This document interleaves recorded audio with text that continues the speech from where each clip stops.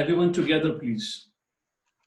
Om Jnanatimirandasya Jnananjana Shalakaya Chakshurunmilitam Yena Tasmai Shri Gurave Namaha.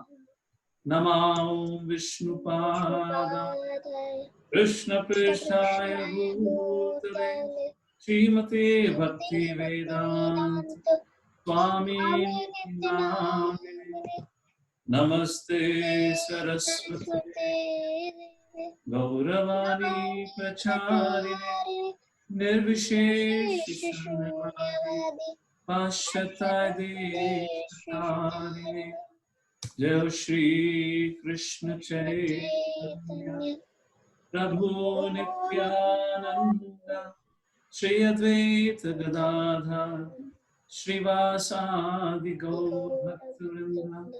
Everyone together.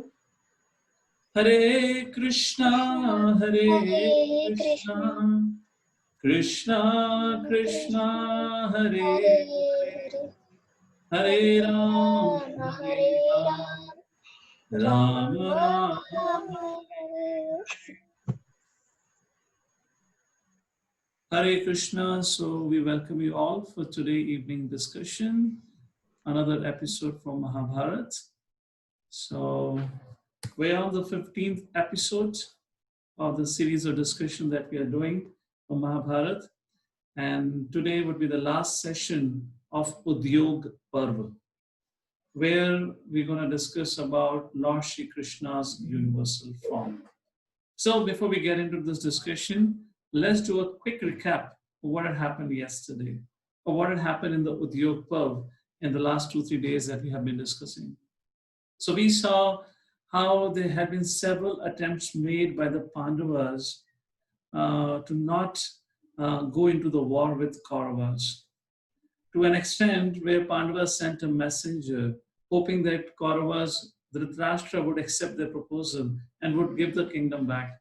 However, Dhritarashtra sent Sanjaya back with a message to Yudhishthira Maharaj and to Pandavas that you should give up your self-interest and you should sacrifice your interest for the sake of your cousins, so that your cousins do not die in a battle.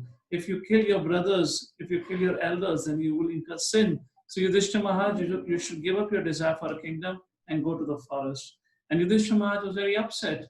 He said to Sanjaya, when did I ask for a war? I am asking for the kingdom that belongs to me. And as per the agreement of the game, the dice game, I did my 13 years of punishment. Now I'm supposed to get my kingdom back. You are depriving me. And that point of time, Sanjaya said,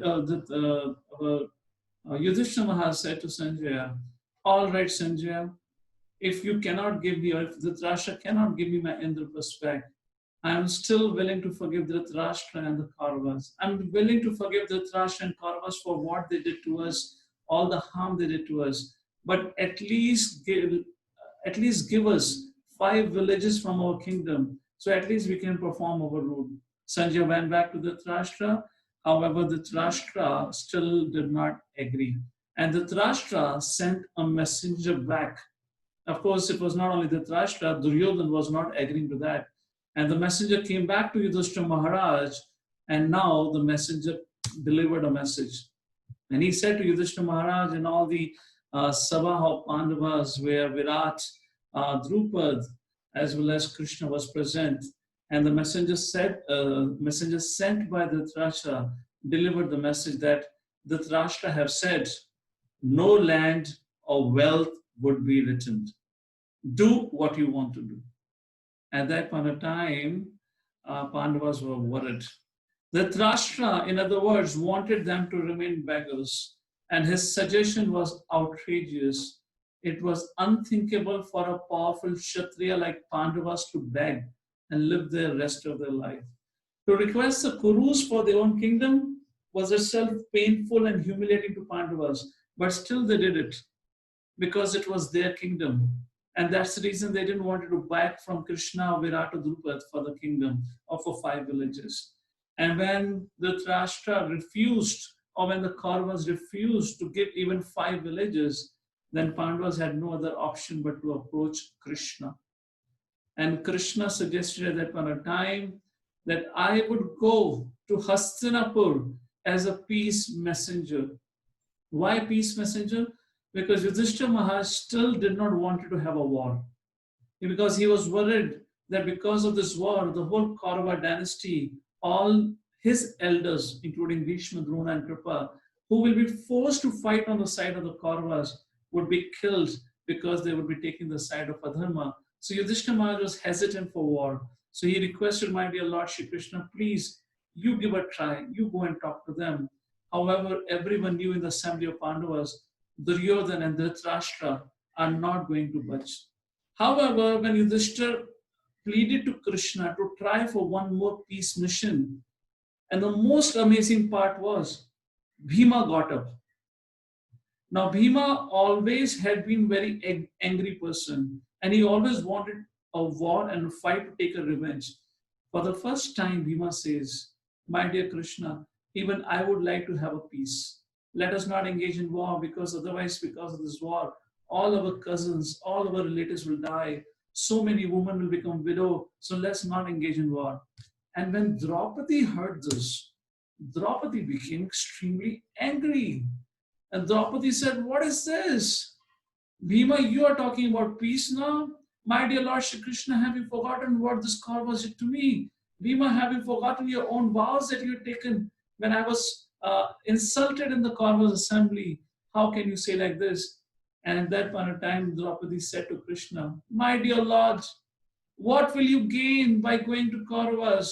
You know that Kauravas are not going to listen to you, to anyone else. They might even insult you. So why are you asking for a peace? And that's the time Krishna said a very important message, because Krishna wanted to make it clear for the rest of the world, for the rest of the humanity to come. It was not Yudhishthira Maharaj who was greedy for the kingdom. It was not Lord's desire that the war happened. And that's the reason Krishna said, Draupadi, I know they would not even listen to me, but I still want to go and give a try so that people would not blame us, blame me, or blame Yudhishthira or the Pandavas to be responsible for the war, because the war that is going to take place at Kurukshetra would be the war that never ever had happened in the history and would never ever happen in the future. It would be a unique and a one of its kind of a war where most of the people of this world would die. It would be so scary and so frightening. And then Krishna told to Draupadi, I will remind the Kauravas of all the evils they have perpetrated against you, Draupadi, and the Pandavas. Now shall call you sinful, for you ask for peace. None shall call you sinful, for you ask for peace. And that is my reason I'm going, so that nobody should call Pandavas sinful, because you have been asking for peace. The world will blame the Kurus, headed by a blind king. I will ask for peace without sacrificing your interest, O Draupadi, O Yudhishthira Maharaj, O ruler of men. Hearing their reply and understanding their intention, I will then return. When Draupadi heard like this, she was pacified and she sat down. And the next morning, Lord Shri Krishna, along with his charioteer, does anyone know what is the name of Lord Shri Krishna's charioteer? I have enabled the chat. Next morning, Lord Shri Krishna, along with his charioteer, as well as Satyaki, left for Hastinapur. What is the name of Lord Shri Krishna's charioteer? Or what was the name of Lord Shri Krishna's charioteer? Yes, Daruka, correct. So along with Daruka, Lord left for Hastinapur. At that point of time, when Lord was about to reach at Kaurava's assembly, there was a big meeting called, because that point of time when Kauravas got to know the Lord Shri Krishna is coming to Hastinapur on behalf of Pandavas, so everyone was frightened and everyone was wondering, what message will Krishna be bringing? Because everyone was aware that Krishna is the supreme personality of Godhead. In fact, Duryodhana was aware. If he did not believe that any God existed, but at least he knew Krishna is not an ordinary person. So everyone was very scared. If Krishna is coming here, how would we say no to him? It will not be possible. And at that point of time, they all thought, well, we cannot change his mind, but we can try one thing. We can try to host him, serve him so nicely that he decides to give up favoring the Pandavas and he may take our side. When Dhritarashtra and Duryodhana were discussing like this in the assembly, then Bhishma Pitama got up and he chastised Dhritarashtra and Duryodhana and he said, do you think Krishna, the Supreme Personality of Godhead, he would be taken away or he would be carried away because of your pampering? Do you think he requires any wealth, any food that you can offer him? He's a self-satisfied person. You would never ever be able to satisfy him except for one thing. You can only satisfy Krishna if you follow his advice because he is everyone's well-wisher. And when Bhishma said like this, Duryodhana became angry and he said, I will never be able to share power with Pandavas. Whatever Krishna has to say, I know Krishna will represent the Pandava side and he will ask for their kingdom. I will never ever give kingdom back to the Pandavas, but I have another idea. And now this idea of Duryodhana was a very, very shocking idea. And Duryodhana proposed, when Krishna will enter the assembly, I will arrest him. And when Krishna is arrested and being a prisoner of Kauravas, then Yadus, Vrishnis and Pandavas, indeed the whole world will be defeated and will be at my disposal. And when Bhishma, Vidura, Drona heard this nonsense from Duryodhana, they shook their head and they thought this person and this whole dynasty is doomed. And they walked away from the assembly. And Duryodhana decided to execute his plan. And the evening time, Krishna appeared. Or evening or the next morning, Krishna came to Hastinapur. Krishna was greatly welcomed by all the Kuru leaders, and then he was walked into the assembly. And when Krishna walked into the assembly, there was a discussion between Krishna and Dhritarashtra. And then Duryodhana requested, my dear Lord, you have traveled a long distance. Why don't you come to my house for a lunch? We have made an incredible feast for you. And also we have arranged the best palace, the most palatial palace for your residence. Does anyone know whose palace Duryodhana had arranged to accommodate Krishna? It was not Duryodhana's palace. I have enabled the chat. It was someone else's palace which was far greater and far opulent even than that of Duryodhana. Who was that person? Whose palace? Yes, it was Dushasana's palace. It was Dushasana's palace that Duryodhana had arranged. So let's come back to the discussion. What happened when Duryodhana requested Krishna to accept his, the lunch invitation? And at that point of time, Lord said, Duryodhana, I will not come to your house for the lunch. And Duryodhana was shocked. And Duryodhana said, my dear Lord, why are you showing this partiality towards me? You are as related to us, Kauravas, as to the Pandavas. You are my relative also. I want to serve you. And then Krishna said, no, Duryodhana, you have no desire to serve me. The invitation for food is accepted only in two conditions. The first condition, when the person who's inviting has a love for the person who has been invited. Duryodhana, you have no love for me, because if you had love for me, you would have heard what I'm here to say. And because you're not going to hear me, you have no love for me. And second, if somebody is in distress, I am not in distress. I am a self-satisfied person. So because you don't meet both the conditions, I will not come to your house for dinner or lunch or for food. And the same idea Krishna tells in Bhagavad Gita to all of us, that how Krishna can accept anyone's offering. Krishna doesn't want an opulent offering of Duryodhana. What Krishna wants is our love and affection. Krishna is not hungry for food. What our food can satisfy Krishna? Krishna is the Supreme Personality of Godhead, but he is hungry for our love and affection. And that is what Krishna says in Bhagavad Gita, 9th chapter, verse number 26. Patram pushpam phalam toyam yo me bhaktya prayachati Tad aham bhakti ubhritam ashnami prayatatmanaha. Bhagavad Gita 9th chapter verse number 26, and Krishna says, if one offers me with love and devotion, a leaf, a flower, fruit, water, I will accept it. In other words, what Krishna wants is our love and affection, not the thing that we offer. It does not matter how opulent, how meager is the offering. What matters is our consciousness.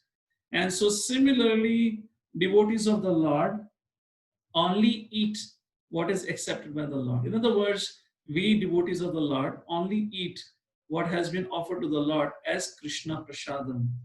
So we eat whatever has been served to Krishna. In other words, if anything can be offered to Krishna, then only we accept. And if you see in the prayer, Krishna never says that he accepts meat, liquor, and so forth. And that is the reason the devotees of the Lord do not consume meat, liquor, and things like that. And secondly, just like the Lord refused to go to Duryodhana's house. Why? Because Duryodhana would not make an offering to the Lord. He had no love and devotion. Similarly, devotees of the Lord, or all of us, we never go and eat out in the restaurants like McDonald's, Pizza Hut, and whatnot, because there the food is not offered to the Lord. We eat what is cooked at home, which has been offered to the Lord, or else if you want to eat outside, then Srila Prabhupada started Govinda's, Krishna's, our ISKCON's own restaurant, where you can go and eat. And that is the reason why devotees don't go out and eat, because that has not been offered to the Lord. Rather than going to Duryodhana's house, Krishna went to the house of Vidura. Vidura was not present at that point of time, and Krishna entered the house, and Vidura's wife Vidurani was there, and Vidurani was shocked. Krishna had come, and Krishna said, I am so hungry, I have traveled a long distance, please feed me something. Isn't that amazing? Duryodhana wants to feed Krishna, and Krishna doesn't want to accept. And here Krishna walks into the house of someone else, and he is begging for food. Why Krishna is requesting Vidurani? Because Vidurani and Vidura are great devotees of Lord Shri Krishna. And Krishna would only accept offering, would even go and ask for offering, would even steal. Just like Krishna in Vrindavan and Gokul would steal from the house of the gopis, the butter, the milk, the yogurt and whatnot. Similarly, like this, Krishna reciprocates with the devotees of the Lord. So Krishna requested Vidurani, and Vidurani was so surprised, so amazed at seeing Krishna in her house, she didn't know what to do. So she brought bananas.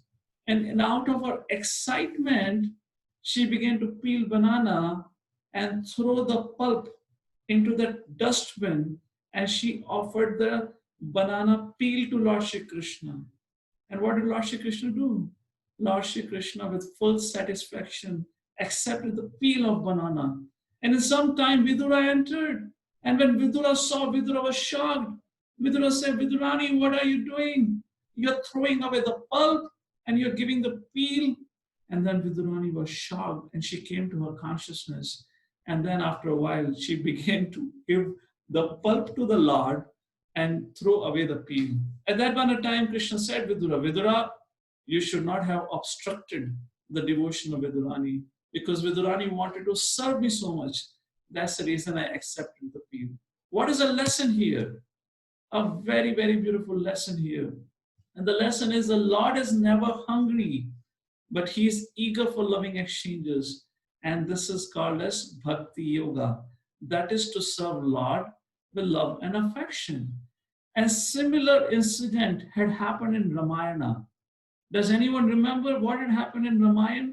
Similar incident was with Lord Ram. Lord Ram entered into the hermitage, and there the person got so amazed seeing the Lord present in front of her eyes. That person began to offer the fruits which were tasted by that person. And then Lakshman was shocked. And Lakshman said, what is this happening? My dear Lord, this person is giving you her juta. This person is eating it first, tasting it, and then he is giving to you. This person is giving to you. Who was that person? Yes, that was none other than Shabri. And Lord accepted the bear which were eaten, which were tasted by Shabri. Why did Lord accepted that?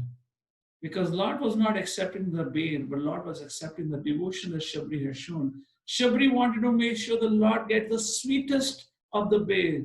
There should not even a single sour bail that the Lord gets to eat it. And that's the reason, out of that excitement, she would taste it and then offer to the Lord. Please never do it. If in case you have to offer at your home, never taste and then offer to the Lord. It will be an offense. But Shabri's devotion was so high, she could do that, and Lord accepted it. Not only that, the Lord accepts when He is personally present. Similarly, Lord accepts through His deity form also.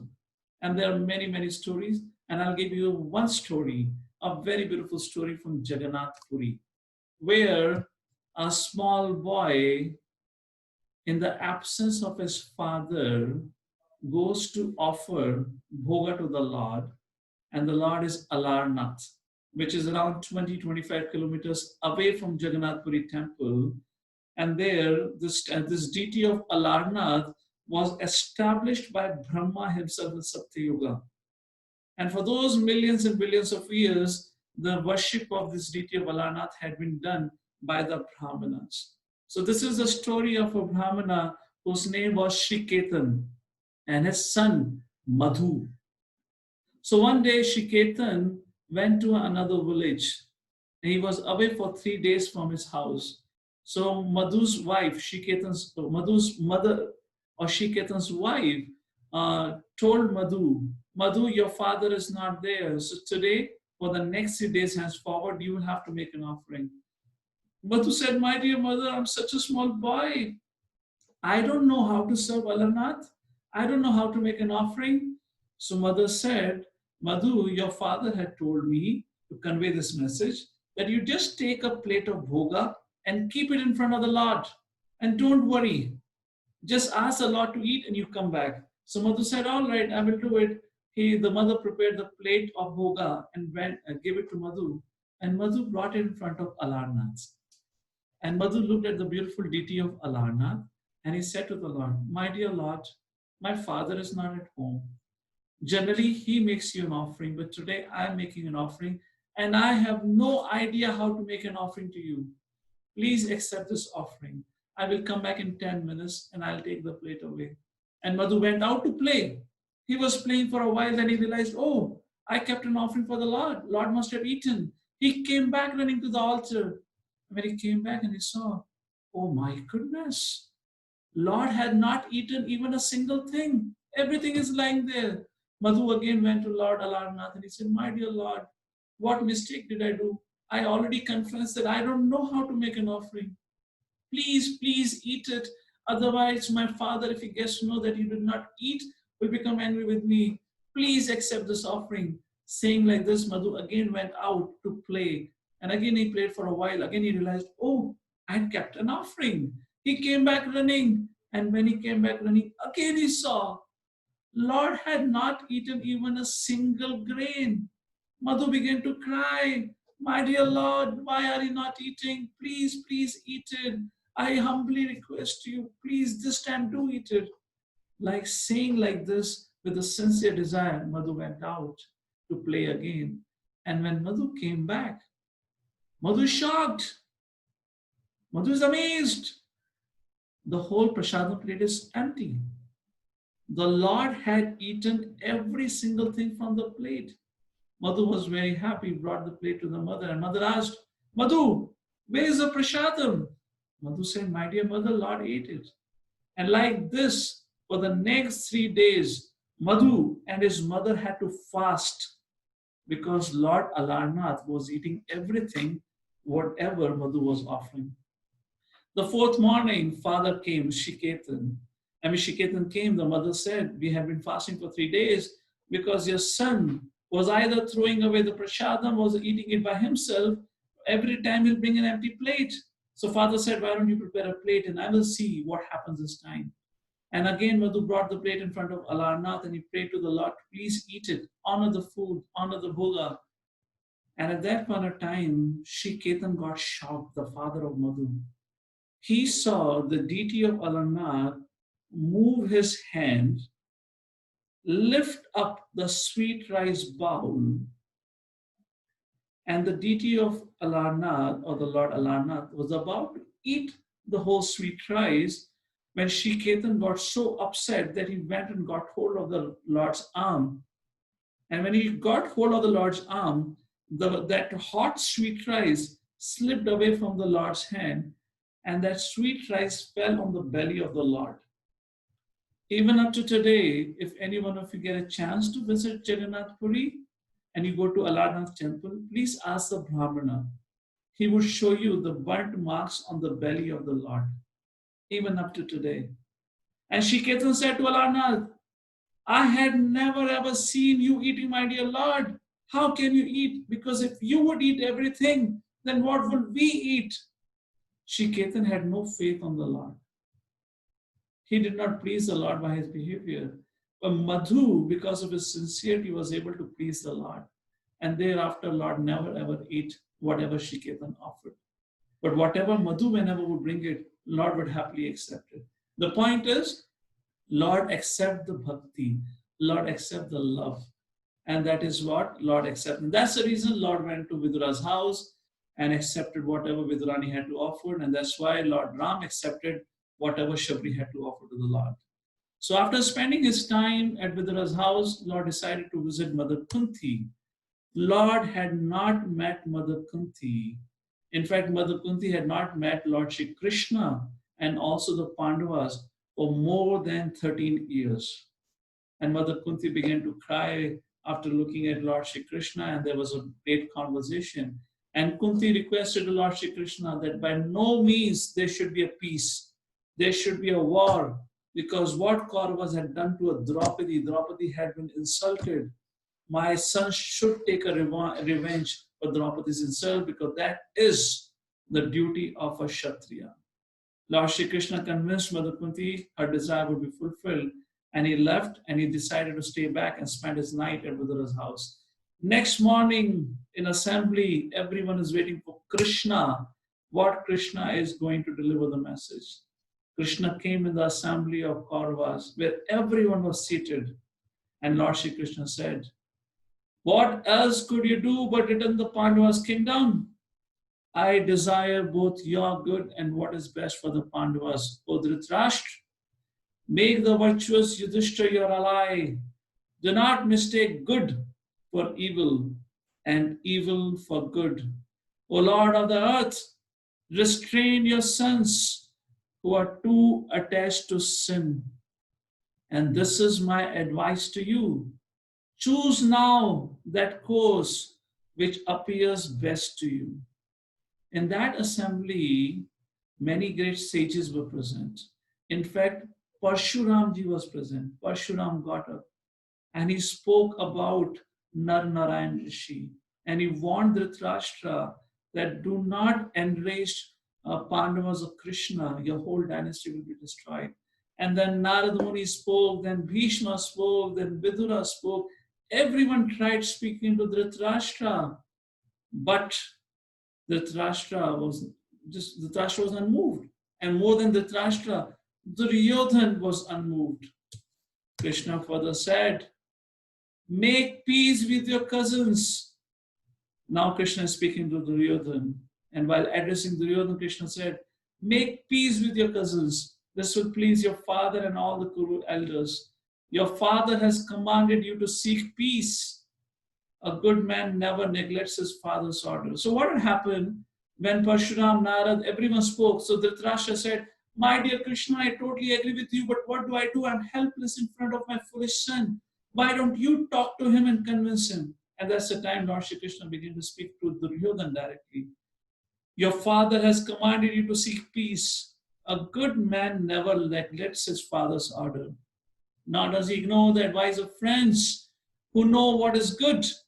One who disregards the orders of seniors and the advice of well-wishers will be destroyed. A very important lesson. All of us, whoever we are, wherever we are, and whatever age group we are, we should never disobey the instructions of our seniors, of our elders, because that is generally for our interest, at least particularly of our spiritual mentors, those who guide us in our spiritual life. because their objective is only to help us grow in our life. So Duryodhana is not willing to listen to Krishna also. Everyone got up and tried speaking to Duryodhana. Bhishma spoke, Dronacharya spoke, Vidura spoke, but Duryodhana was not at all discouraged. In fact, Duryodhana was smiling. It is a classic example of how one man's greed was about to destroy the whole world. A battle of Kurukshetra, which is about to start. 60 crore people would die. And now, after hearing all this thing, Dhritarashtra got up and he did something so amazing which he had not done until now.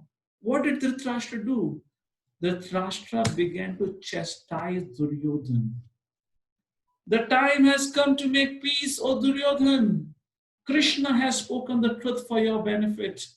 Go with him in peace to Virat and arrange to bring the Pandavas here. Let the hostilities cease. I think that the time has arrived, dear son. Do not disobey me.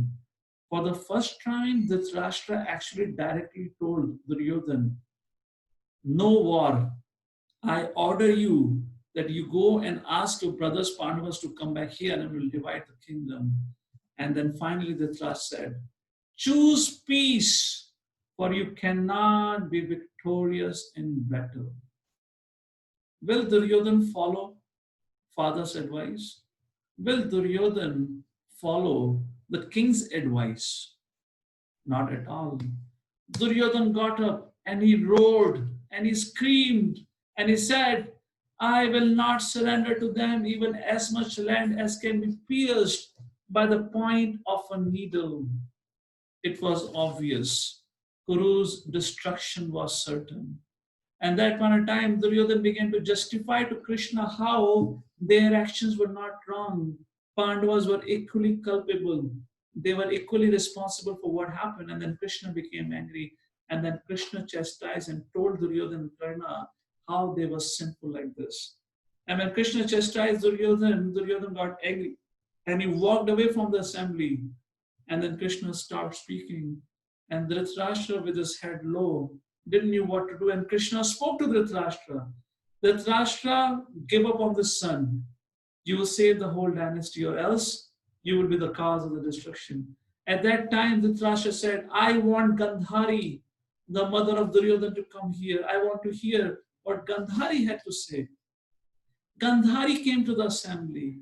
Even Gandhari chastised Duryodhana. Duryodhana was called back. Duryodhana also came back. And Gandhari spoke to Duryodhana and she said, it is my request to you, make peace with the Pandavas.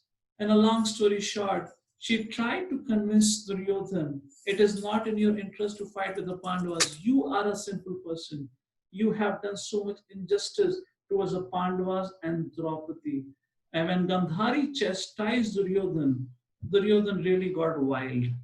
He thought Krishna is able to convince everyone against me. Even my mother is chastising me. And that's the point of time when Duryodhana decided to execute his plan of arresting Krishna. Duryodhana immediately got up from his seat and he screamed, capture Krishna, seize him now, right now. Enough I have heard. Once we capture him, all the Pandavas, all the Yadavas, Vrishnis, everyone will surrender. And Bhishma, Vidura, Drona, Dhritarashtra, everyone was shocked. What is this Duryodhana trying to say? And when the soldiers came running inside the assembly hall from all the corners, Krishna looked at them and smiled. And what did Krishna do? Krishna began to expand. And this is the first time in Mahabharata when Krishna, of course, Krishna had shown this experience to Yashoda Mai, but here to the Kauravas where Krishna showed his universal form. Here Krishna is going to show a trailer. The full movie will be shown during the time of the war, which I will describe when we come to the scene of war. So what did Krishna show in the universal form? He began to grow in size and various gods issued from him. Brahma sprang from his forehead, Shiva came from his chest, the Lokapalas sat on his arms and Agni appeared from his mouth. Then Indra and the Maruts appeared along with a host of Gandharvas, Yakshas, Rakshasas. From his two eyes came Balaram and Arjuna, who stood on his left and right sides. Behind him stood Yudhishthir, Bhima, and the twins, and behind them were the Vrishnis and Andhakas. So what Duryodhana thought Krishna to be alone, Krishna, Karna, Shukuni all fainted when they saw the gigantic form of Krishna. And now Krishna is not alone. Krishna is surrounded by hundreds and thousands and millions of his followers, headed by Brahma and Shiva and the Pandavas. Huge wind began to blow, almost like if there is a thunderstorm, there was a roaring of the cloud, there was a trembling in the earth. Everyone was falling from his seat. And at that point of time, when it was too frightening to hold on to this Virat Rupa of the Lord, only few people can see or could see the Virat Rupa. And who are those people who could see the Virat form of the Lord? They were Bhishma Pitama, Dronacharya, Kripacharya, Vidura. Why? Because they all were devotees of the Lord. And when Sanjaya explained to Dhritarashtra what's happening, Dhritarashtra prayed to the Lord, "My dear Lord, what sin have I committed? Please allow me to see this form." And then Krishna gave the vision to Dhritarashtra also. Dhritarashtra got the vision and he saw the Virat Rupa of the Lord. And isn't it so amazing? Still, he could not order his son to be present. He could not order, although he was a king, he could have ordered his army, his ministers to arrest Karna and your Duryodhana, but still Dhritarashtra did not do so. Finally, Lord Shri Krishna came back to him to his two-handed form, and he turned around and left the assembly. Daruk brought the chariot. Krishna climbed up the chariot and is about to leave Hastinapur. Lord Krishna's purpose for which he had came to Hastinapur had failed. Krishna's peace mission had failed. He could not convince Kauravas, he could not convince Dhritarashtra to take action against Duryodhana. War was certain. It was unavoidable. At that point of time, Dhritarashtra came running to Krishna and he said, "My dear Krishna, do you see my situation? I'm helpless. I did what you asked me. I chastised my son, but he is not willing to listen to me. What do I do?"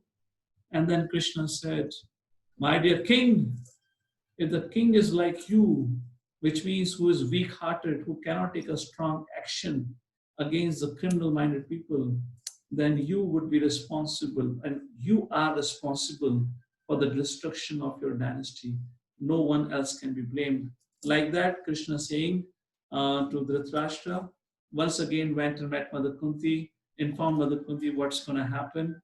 Mother Kunti blessed Pandavas, let this war happen, and like that, Lord Shri Krishna left Hastinapur. Isn't that amazing?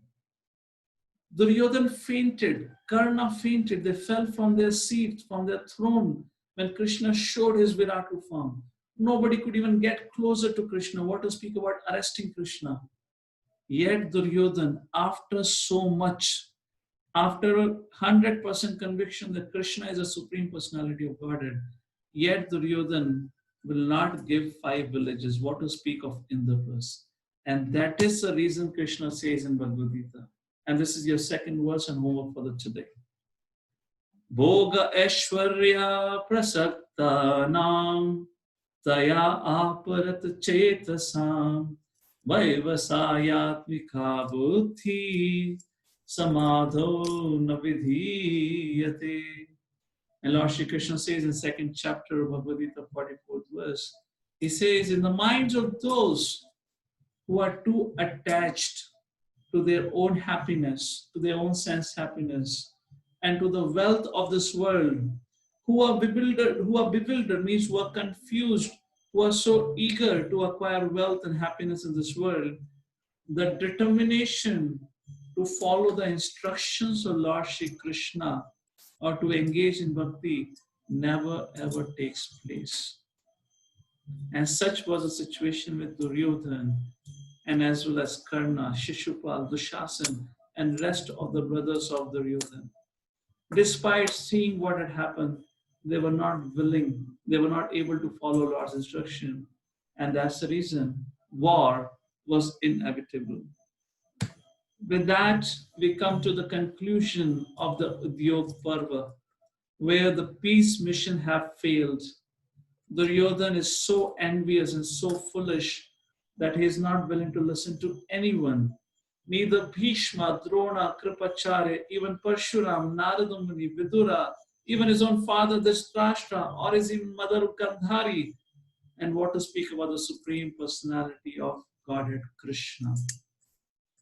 And that Duryodhan have brought about on his own the destruction, not only of his own destruction, but destruction of his own dynasty. And that is what happens when a person is consumed by, what are the three gates to hell we discussed yesterday? Lord Shri Krishna says, I've enabled the chat. What are the three gates to hell that we discussed yesterday by which Duryodhan was consumed? And that's the reason he was heading right to his destruction. What are those three gates to hell called as? Yes, lust.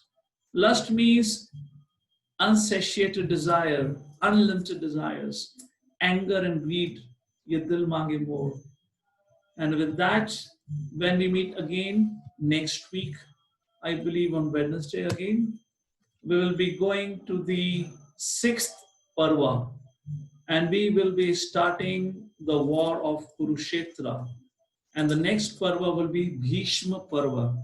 The first 10 days of the battlefield are called as Bhishma Parva, and the Bhishma Parva concludes with Arjuna defeating Bhishma and and the great warrior Bhishma lying on the arrow bed or a deathbed like that.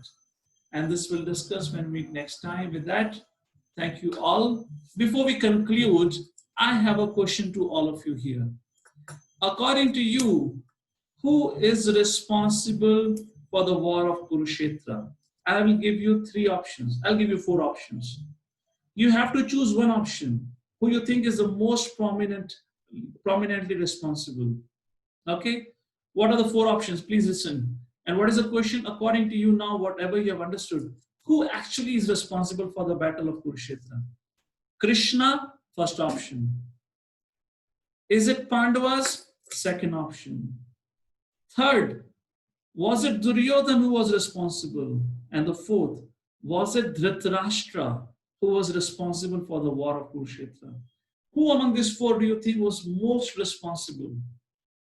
Krishna, Pandavas, Duryodhan, and Dhritarashtra. Among the four, whom do you think is most responsible for the war of Kurukshetra?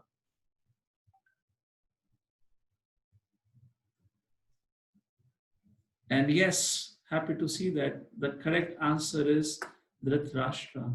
I will give the chance to some of you to explain why you chose Dhritarashtra. However, for the time being, I will conclude this session. Thank you all for attending. After this, we'll take question and answers. Srila Prabhupada ki jai. So, some of you said Dhritarashtra. I will take one or two inputs. Please raise your hand who have said Dhritarashtra is responsible for the war. I would like to listen the reasons from you. Adhira, go ahead. It was Dhritarashtra because he was father of Duryodhan and he was responsible to control Duryodhan from his childhood. He had to teach him how to behave, and that's the reason why it's Dhritarashtra who is responsible. Very nice, Adhira. Thank you. Thank you. Wonderful answer. Thank you. Thank you. Thank you, Adhira. Great. Let's take one more person, one more student. Who would like to give an answer for this? Mishti, I see your hand up. Go ahead. I think it's because he's the king, and even if there's evil-minded people, the king should be able to control, but he was weak-minded. And also it's his own son, so he should have been able to do that, but he was too much attached to his own son. Yes, correct. That's the second reason. Why? Because he was a king. And as a king, it was his responsibility to protect the kingdom, protect the interest of everyone. And for the sake of one Duryodhan, Dhritarashtra was putting the lives of everyone at risk. And that's the whole point here. Thank you. So with that, thank you now. We'll take your questions.